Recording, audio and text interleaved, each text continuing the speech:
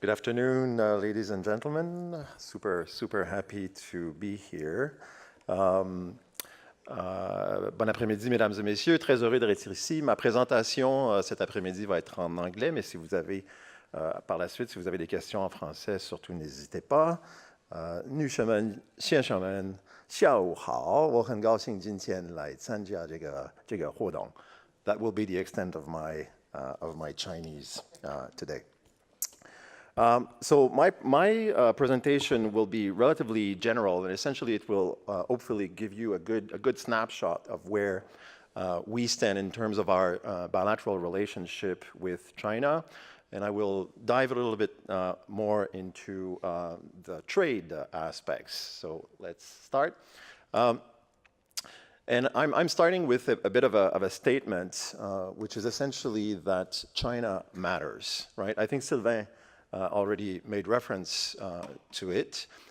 China is currently the second largest economy globally, will overtake the US in a matter of a few years, right? And China is Canada's second trading partner, has been for a while now, and will continue to be Canada's second trading partner for the foreseeable future. I don't think that we will come to a point where China will ever be Canada's number one trading partner for what geography and history has made of what we are. But China matters to Canada. It's something that we at the Government of Canada very much recognize. And so today that translates into a high-level engagement. Actually, to me, the relationship, the bilateral relationship at the moment is probably at an all-time high. And this is illustrated by the quality of the engagement at the highest level. So over the past 2 years, we've had our leaders traveling and visiting both countries. Prime Minister Trudeau came twice over the past 2 years. He was with us in Beijing just this past December.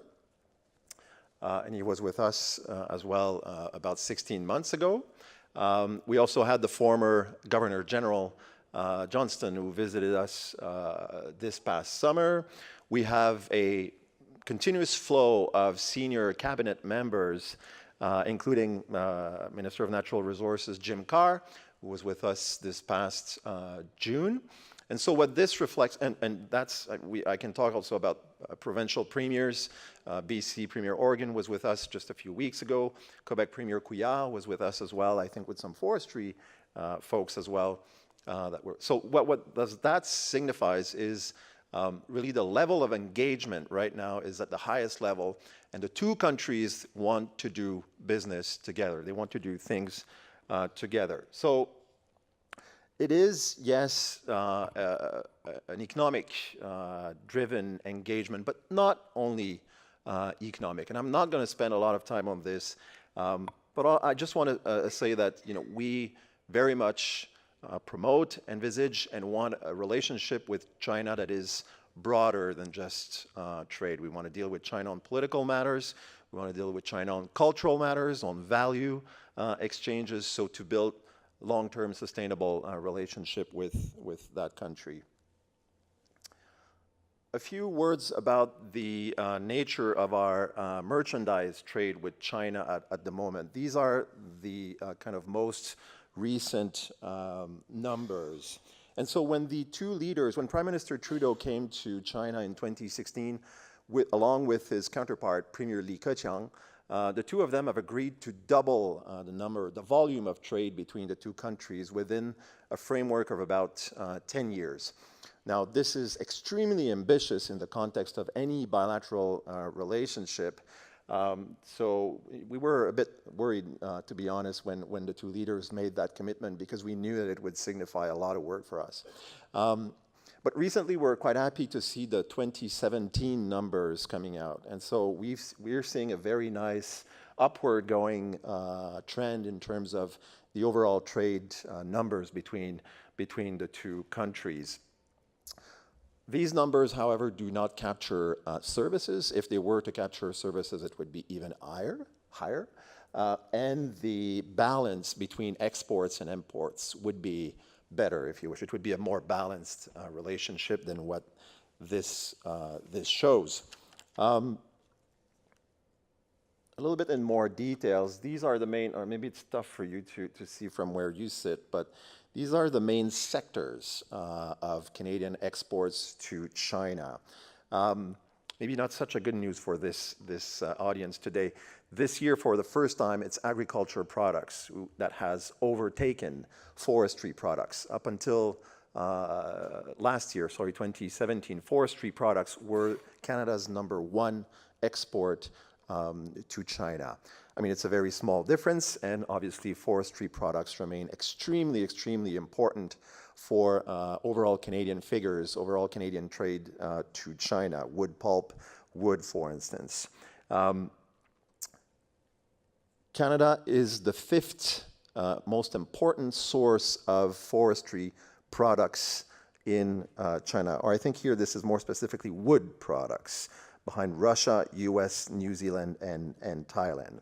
But obviously a very, very important market. And so traditionally, as you can see here, we've been exporting, the bulk of our exports has been in the overall kind of natural resources sectors. Minerals is very, very important as well. But we see more and more, we see a diversification happening, and this is something that we're quite happy with. Aerospace is now very important, automobile as well. In terms of what we import from China, essentially it's manufactured goods, such as electronics, lots of electronics obviously, toys, clothing, and plastics. Investment attraction, FDI, foreign direct investment. Canada is currently China's 6th source of foreign direct investment. We're just a little bit behind Brazil, and this is an area where we want to do much, much more, where we have a commitment and an engagement all the way from the top to the bottom of the government apparatus, from the Prime Minister to my level at the working level. We're working very, very hard to promote, to attract foreign direct investment in our country, including Chinese foreign direct investment. And traditionally, Chinese have been investing in the natural resources sector. That will not surprise anybody here in Canada, with major acquisitions in the oil and gas sector, for instance. But here again, this is an area where we're trying and we're working very hard at diversifying the sectors in which we can welcome Chinese investment. I said a few words at the beginning about the quality of and the strength of the engagement between the two governments. This is also true in the overall construction and wood sector. Over the past year, in particular, since it came clear that the American market could become a little bit more challenging for our forestry companies, we've been working really hard every day, including in partnership with QWeb, Canada Wood, Natural Resources Canada, and other partners, to try to see what are the areas where we can work to develop the Chinese market, to welcome more of Canadian wood products. So we had Minister Champagne, who, our Minister of International Trade. We had Minister Carr, Minister of Natural Resources. Both of them led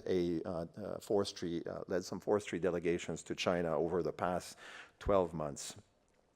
And here, at the risk of maybe boring you a little bit with some, real bureaucratic thing, there's one thing that I want to mention that is really important. And it's the fact that the Prime Minister, Justin Trudeau, and his Chinese counterpart, Li Keqiang, this past December in Beijing, have issued what we call the Joint Statement on Climate Change and Clean Growth. Basically, it's a statement, like we see in those visits, where the two leaders commit themselves and commit their countries, their bureaucracies, and all their actors to work on a number of elements. Obviously, here we're in the broader area of climate change and clean growth. And I will just read just a quick elements of this statement that says, they, the two countries, We'll also encourage the use of wood and wood products that are the result of sustainable forestry practices and increase collaboration to develop more eco-friendly projects made from green building materials, including low-carbon eco-district demonstration projects and multi-story and high-rise timber structure demonstration projects. Now, I know that it doesn't say everything, and I know that it doesn't mean, that it doesn't cover all, perhaps, the interests that we would have in terms of exporting forestry products to China. But this is extremely important because, and I will come back to this, in China, those kinds of signals really, really matter. So for the Chinese premier to commit himself to that sort of collaboration with Canada, it's extremely important. It's something that we've worked very hard to achieve. We're quite proud about it, and we definitely hope that in the future it will translate into opportunities for Canadian companies. Just a few words about the construction market in China. It is the second largest construction market at the moment. It is the biggest green building market at the moment. And China right now is engaged in an important transition phase of its economy, of its society, and one that sees a very high and fast rate of urbanization. The target is that China will achieve a 60% rate of urbanization between now and I think it's 2030, but my number here may be wrong.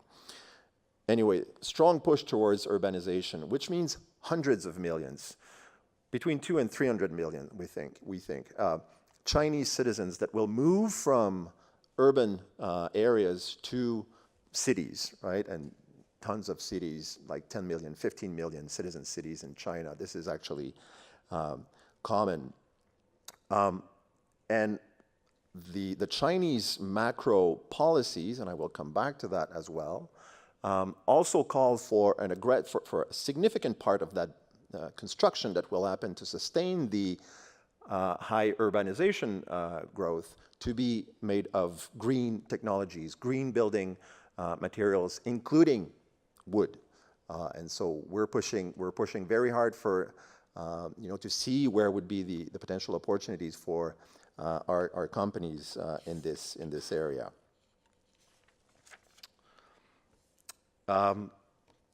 Maybe I should have, I had a few things here just to say that generally speaking, right now we're working on some priority subsectors where we see more opportunities, and I will just list a few of them. Wood building technology and products, green building and energy efficiency, health facilities, winter sports facilities, HVAC systems, tourism and resort projects, as well as airports. Those are areas where we've been focusing recently. Not going to spend a lot of time on this, but just like to keep in the overall theme of climate change and clean growth and carbon neutral or zero carbon initiatives. This is really an area, and that's the reason why the two leaders actually committed themselves with the statement that I was talking about earlier. This is an area where Canada and China really speak the same language. We have the same vision, essentially, in terms of what we need to do to address the challenges that are posed on us by climate change. But at the same time, we want to make sure that we continue, our economies continue to grow, and so they have to grow in a sustainable manner, in a clean manner. And so we're committed to work together on this. So when one does want to do business in China, he or she has to keep in mind that China is a guided economy, a commended economy, right? So what the government says is critical to the conduct of business, to wherever the economy will go in the near future. And so understanding government priorities will help any company wanting to do business, foreign company wanting to do business in China, understanding the objectives of their partners, the objectives of their customers in China, because these individuals, these Chinese partners and customers, they have in mind the guidance that comes from the top, And that's what they want to achieve. So that's something that is critical to keep in mind. Sorry. And so the main tool for this kind of strategic economic planning is what we call the 5-year plan.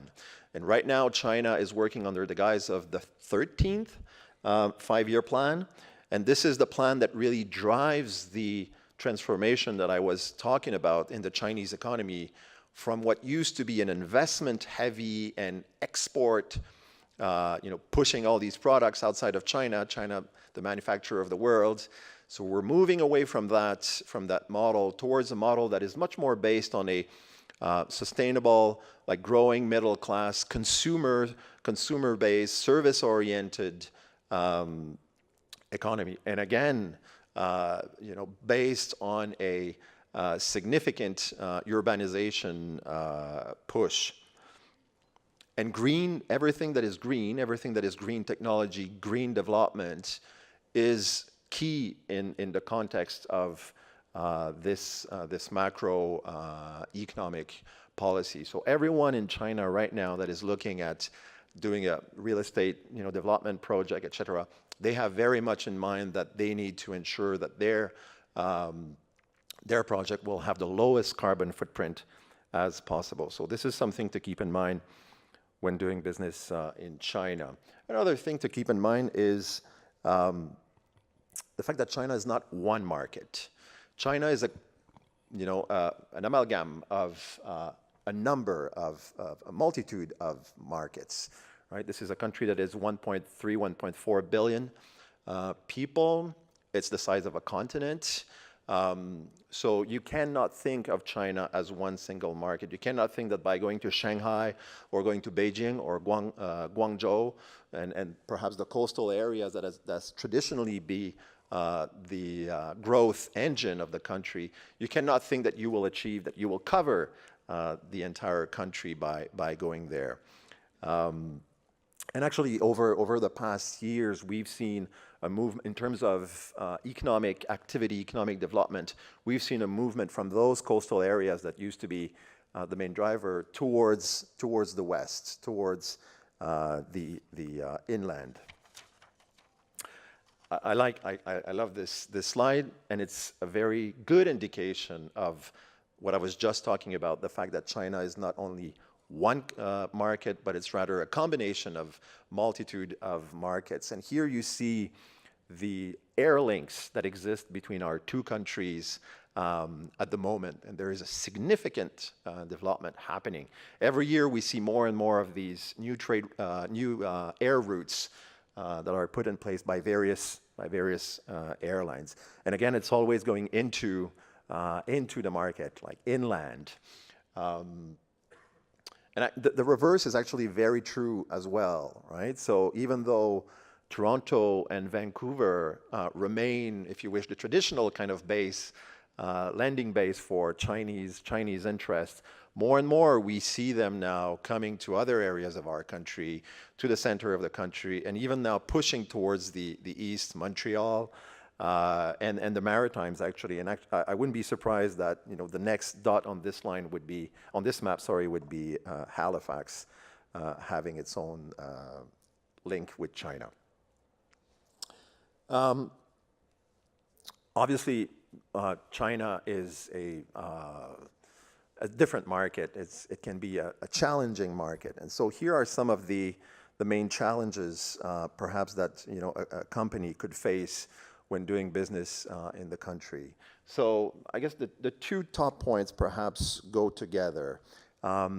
Transparency in terms of decision making, in terms of legislative process, in terms of rules and regulations can be a challenge. So it's not always transparent, needless to say. And so what that means is that somebody who's doing business in China constantly need to be attuned, need to be aware, need to really, really pay attention to what's happening in the country in order to make sure that nothing happens or suddenly happens that could cause trouble to one's business. IP protection is really, really important as well, perhaps less in the forestry sector. I may be wrong here, but generally speaking, IP protection is an area where there are some challenges. There are some remedies, mitigating strategies as well, but one needs to enter the Chinese market with eyes open when it comes to IP protection. I would say we're doing better in that regard that perhaps a few years ago whereby it was very, very common, as you know, to go into the market. If a company would go into the market with a particular product, a product that is appealing to the consumers, well, a few days, weeks later, similar products, copycats would appear everywhere else in the market. Protectionism and policies that favor domestic industry, this is something that we're seeing happening on a relatively regular basis because China is developing fast and China really wants to develop its own capacities, right? Its own innovation capacities. And so, and I guess we can't blame them for that. Like that's pretty much what every country does. And actually that we're seeing in many countries at the moment, but this is something to keep in mind. Scale and financing as well. China is gigantic.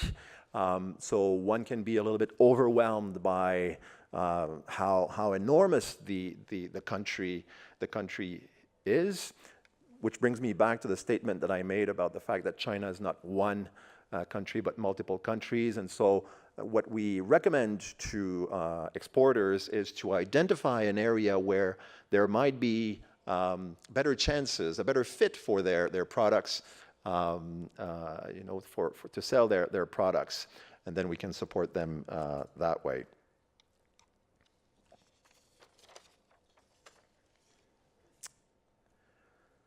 Okay, so some of the things I've already said. China is not one market. Be cognizant of cultural differences. That's an obvious one as well. The language is a barrier, obviously, but there are ways to deal with that. They do business in a different way than we do business as well in the West, right? So this is something that you need to be familiar with. Do not underestimate the importance of guanxi or face, which are cultural traits. I'm happy to answer any question. To dive a little further in that if you want me to after, or protect your IP and trade secrets, as I've mentioned. And then the 7 Ps, what we call the 7 Ps, which are patience, product preparation, professional presence, and putonghua. Putonghua is the language, and partner. Partner is a key one.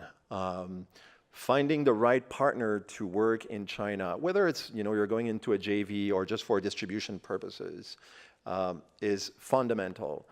We've seen not so good stories about someone, a Canadian exporter coming to the market the first time, meeting a potential partner, having a good meeting, then a good meal, shaking hand. Okay, you're on the roster, and then some not so good stories happen afterwards.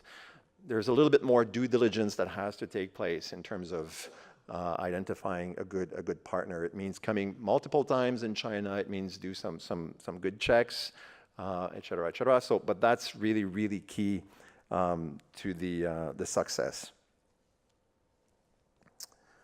A bit of a spin on the organization that I represent, the Trade Commissioner Service, le Service des délégués commerciaux du Canada.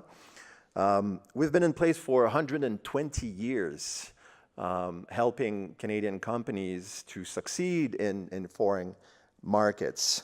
We've been in China since 1906, when we opened our first office in the country in Shanghai. And so we had an office, the Trade Commissioner Service had an office in China before we actually had an embassy. And I'd like to introduce Aude Fournier.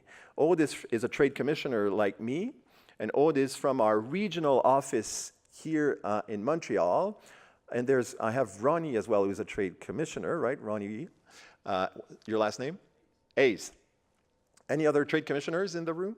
Okay, so you can work with them. Obviously, you can call upon them to support your needs. Aude, in particular, is at the regional office here in Montreal and supporting Canadian companies in the forestry sector, infrastructure, to succeed in foreign markets. Again, coming back to the notion that China is not only one market, but a number of markets. This is the footprint of the government of Canada in China at the moment, and more specifically the trade, the commercial footprint of the government. So we have obviously the traditional diplomatic representations that are the embassy in Beijing, and then we have consulates general in Shanghai, Chongqing, Guangzhou, and Hong Kong, Xianggang. And then the smaller dots or not the dots, but the smaller squares that you see, this is a series of 10 trade regional offices that the government of Canada has in what we call second-tier cities. But second-tier cities are usually 10, 15 million people size city, right? And so in these cities, we have small offices that are staffed with locally engaged trade commissioners, but their job is to support Canadian companies who wish to get into those markets and do business in those cities. In total, we have over 100 trade commissioners in the entire China network, so we're there to support you.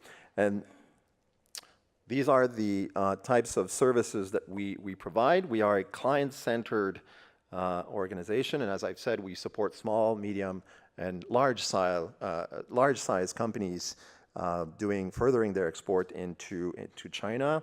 We provide services, recommendations for markets such as due diligence, fraud awareness, IP protection. We obviously provide knowledge because we're on the ground and we understand how things function in the market, so we can share that knowledge. We're there to share that knowledge, actually, with Canadian exporters.